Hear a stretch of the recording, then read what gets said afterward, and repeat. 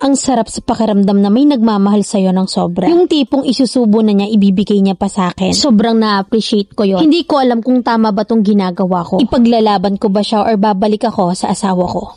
14 anyos ako nung nakilala ko yung asawa ko. At siya naman ay 22 nun. At dahil bata pa ako nun, kaya madali akong nauto. At sobrang napamahal ako sa kanya dahil mabait siya. Pero mabarkada siya, lasinggero at babaero. At sabi ng mga tita ko at mga kakilala ko na ngayon lang daw yan mabisyo kasi binata pa. Magbabago rin daw kapag nag-asawa na. Hanggang sa umabot kami ng 3 years at halos puro sakit yung naranasan ko. Umabot sa punto na may mga karibal ako sa kanya pero dahil nga mahal ko, ging tanga ako kahit na niloloko ako ng harap-harapan. 16 years old ay nabuntis ako at namanhikan siya. Hindi naman mahirap yung pamamanhikan niya kasi gustong-gusto siya ng mother ko. Pero yung tatay ko ayaw sa kanya kasi ang gusto ng tatay ko ay makapagtapos ako ng pag-aaral. Pero dahil matigas ang ulo ko ay sinuway ko siya. Mula nang magsama kami, naging kalbaryo na yung buhay ko kasi madalas ng madaling araw siyang umuwi at laging lasing. Dagdag pa yung mga magulang niya na konsentidor at pag pinapagalitan yung anak nila ay kinakampihan pa nila. Nasabi pa ng biyanan kong lalaki na hayaan ko lang daw. Na isa rin at grabing lasinggero. Pinapayuhan pa ng biyanan kong lalaki na wag na daw magpaalam sa akin. Yung asawa ko sumusunod naman kaya naman laging sumasama yung loob ko. Gabi-gabing umiiyak ako kahit nabuntis ako kaya siguro lahat ng mga anak ko ay iyakin. Hanggang sa naging 3 yung anak namin pero hindi siya nagbabago. Na mas masaya pa siyang kasama yung barkada niya kaysa sa amin ng pamilya niya. At pag nag-aaway kami dahil sa bisyo niya, lagi siyang lumalayas at pumupunta sa magulang niya. Lumalabas na kapag lagi kami nag-aaway ako rin yung may kasalanan. Di kasi naiintindihan ng mga magulang niya yung nararamdaman ko. Na pati mga kapitbahay ay nakikisali pa sa chismis. Bakit ko daw inaaway yung asawa ko ay mabait naman daw. Kahit madaling araw nang laging umuuwi, okay lang ba yon? Minsan pa kakatok sa bahay, kakatulog lang ng baby namin. Na kapag pinagbuksan ko naman, ibabalik pa rin naman sa inuman at bidyokehan, kaakbay pa yung barkada. May time pa na pinuntahan ko siya sa bidyokehan at hinampas ko yung alak nila sa inis ko. Minsan sa gabi, umiiyak ako at kinakausap ko yung sarili ko na bakit ganon. Tinutulungan ko naman siya maghanap buhay, nagagapas naman ako ng damo. Namamakyaw ng tubuhan kahit nga buwan pa lang yung anak ko, yan na yung trabaho ko. Na minsan pa iniiwan ko yung anak ko sa duyan para lang sa umaga ay makapaggapas ako ng damo. Na kapag nag-aaway kami ay lumalaya siya at yung mga magulang at kapatid niya tinatago pa sa akin. Kung hindi pa pinasok ng mama ko yung kusina nila, hindi pa siya makikita. Tinatago talaga siya ng pamilya niya sa amin. Nabinigyan pa nila ng pamasahe para lang lumayas papuntang Manila. Pero hindi natuloy yung pagluwas niya kasi nabalitaan ng biyanan kong babae na ibinenta ko yung hayop namin. Na kahit na piso kasi wala siyang iniwan CS pa ako nun sa pangatlo naming anak. Kaya't ang ending ay umuwi rin siya sa amin ng araw na yon. Hanggang sa nag-8 taon na yung bunso namin at nag-decide akong pumunta ng Manila para magtrabaho. Doon ko naranasang maging malay at maging maliwalas yung pakiramdam na para bang nakalabas ako sa hawla. Di na puro stress yung nararamdaman ko. May nakakahalubilo na akong tao na naging masaya uli ako. Kaya naisip ko na siguro kaya ganun yung asawa ko kasi masaya kapag nakakahalubilo ka ng ibang tao or kaibigan. Pero sa kabila ng saya ko malungkot yung kalahati ng pagkatao ko kasi naiwan ko yung mga anak ko sa probinsya namin. Inabot lang ako ng 1 taon sa Manila kasi pinauwi rin ako ng asawa ko. Na ang sabi niya mahirap daw palang walang asawa sa loob ng bahay. Nangako siya sa akin na magbabago na siya kaya umuwi ako. Nagbago naman pero 1 week pa lang bumalik na uli siya sa alak. Hanggang sa nag-decide akong mag-abroad at bago ako naka-flight ay iniwan ko yung bago kong cellphone sa kanya para magkaroon kami ng contact. At nang nandito na ako sa abroad ay nabalitaan ko na nawala yung cellphone niya na binigay ko. Sabi niya nahulog daw sa motor niya pagbili niya ng pagkain ng manok niyang pangsabong. Pero nabalitaan ko sa mga kaibigan ko na ninakaw daw yung cellphone niya sa isang bar na pinuntahan niya. Na kahit na nga sobrang galit ako nun sa kanya, hindi ko siya sinumbatan. Nabalitaan ko rin na nagkaroon sila ng relasyon ng pinsan kong buo. At dahil naawa yung pamangkin ko sa akin ay nag-message siya sa akin. Pinayuhan niya ako na mag-ipon at wag ko daw ipadala yon sa asawa ko. At nung tinanong ko siya kung totoo yung mga balita na nakarating sa akin, ang sagot niya sa akin ay oo. Kaya tinanong ko rin yung mga kapatid at mama ko kung totoo ba yung mga nababalitaan ko. Sabi ng mama ko hindi lang daw nila masabi sa akin at baka daw kung anong mangyari sa akin dito ay malayo pa naman daw ako sa kanila. Sobrang humugulgulo ako nun sa CR. Humarap ako sa salamin at pinahid ko yung luha ko at balik trabaho na lang ulit. Pinatatag ko yung sarili ko para sa mga anak ko. Hanggang sa inaliw ko yung sarili ko at nakipag-chat ako kung kani-kanino. At isa sa mga nakachat ko ay nahulog ang loob ko sa kanya. Siya yung nagpatatag sa akin na kung wala siya matagal na akong sumuko dito sa abroad. Yung wala akong mapagsabihan ng mga sakit na nararamdaman ko kundi siya lang yung nasasandalan ko. Hanggang sa naging kami at minahal ko na rin siya. Hanggang sa nabalitaan ko na nabuntis yung anak ko sa edad na 14. Para akong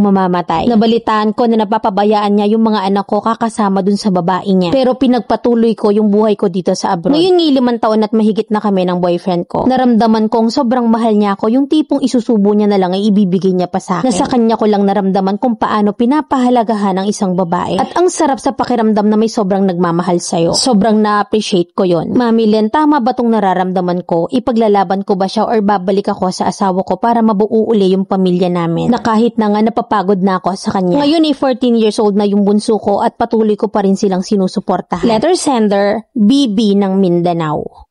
Kinasal ba kayo kasi tinatawag mo siyang asawa? Kasi doon na natapos sa namanhikan hindi namin alam kung may naganap na kasalan. Pero kasi 16 ka pa lang noon, kaya medyo nagulahan ako kasi kung kasal ka, pwede kang kasuhan, ipa-deport ka dyan at pwede kang mabaligtad. Na nung nalaman mo na ginagago ka ng asawa mo, antemano, iaalis mo yung mga anak mo, ibibigay mo sa kapatid or magulang mo. Hindi kasi talaga yan masusubaybayan ng tama kasi gago yung asawa mo. Tsaka aware ka naman ay responsable. Na kung legal kayong kasal, dapat sinettle mo yung problema nyo ng asawa mo muna, yung custody ng bata, mga evidence. Then hiwalayan ng maayos. Kaso ang nangyari, nung nalaman mo na may babae, nagpa-comfort ka sa iba. Nakalimutan yung may anak kayo, kaya yung anak nyo lumab life din. Tapos sasabihin mo, mahimahimatay ka kamo sa nalaman mo, walang gumabay Sa tanong mo na kung pwedeng ilaban, pwede naman. Kasi kung nangangabit na nga, irresponsible pa, hindi pa makapagsustento ng tama. Hindi niya deserve ang kahit na sinong babae. But settle things first. So dahil babaero siya, hindi ka naman niya pwedeng kasuhan. Pero sana nagkaroon kayo ng closure. Kasi kasal kayo baka lang sa huli, ikaw yung mabaligtad. Dahil nandiyan na 5 taon na rin naman kayo, so be ready na lang. Yun ay kung kasal kayo. Pero kung hindi naman matagal ka ng malaya. No one deserve ng ganyang klaseng lalaki.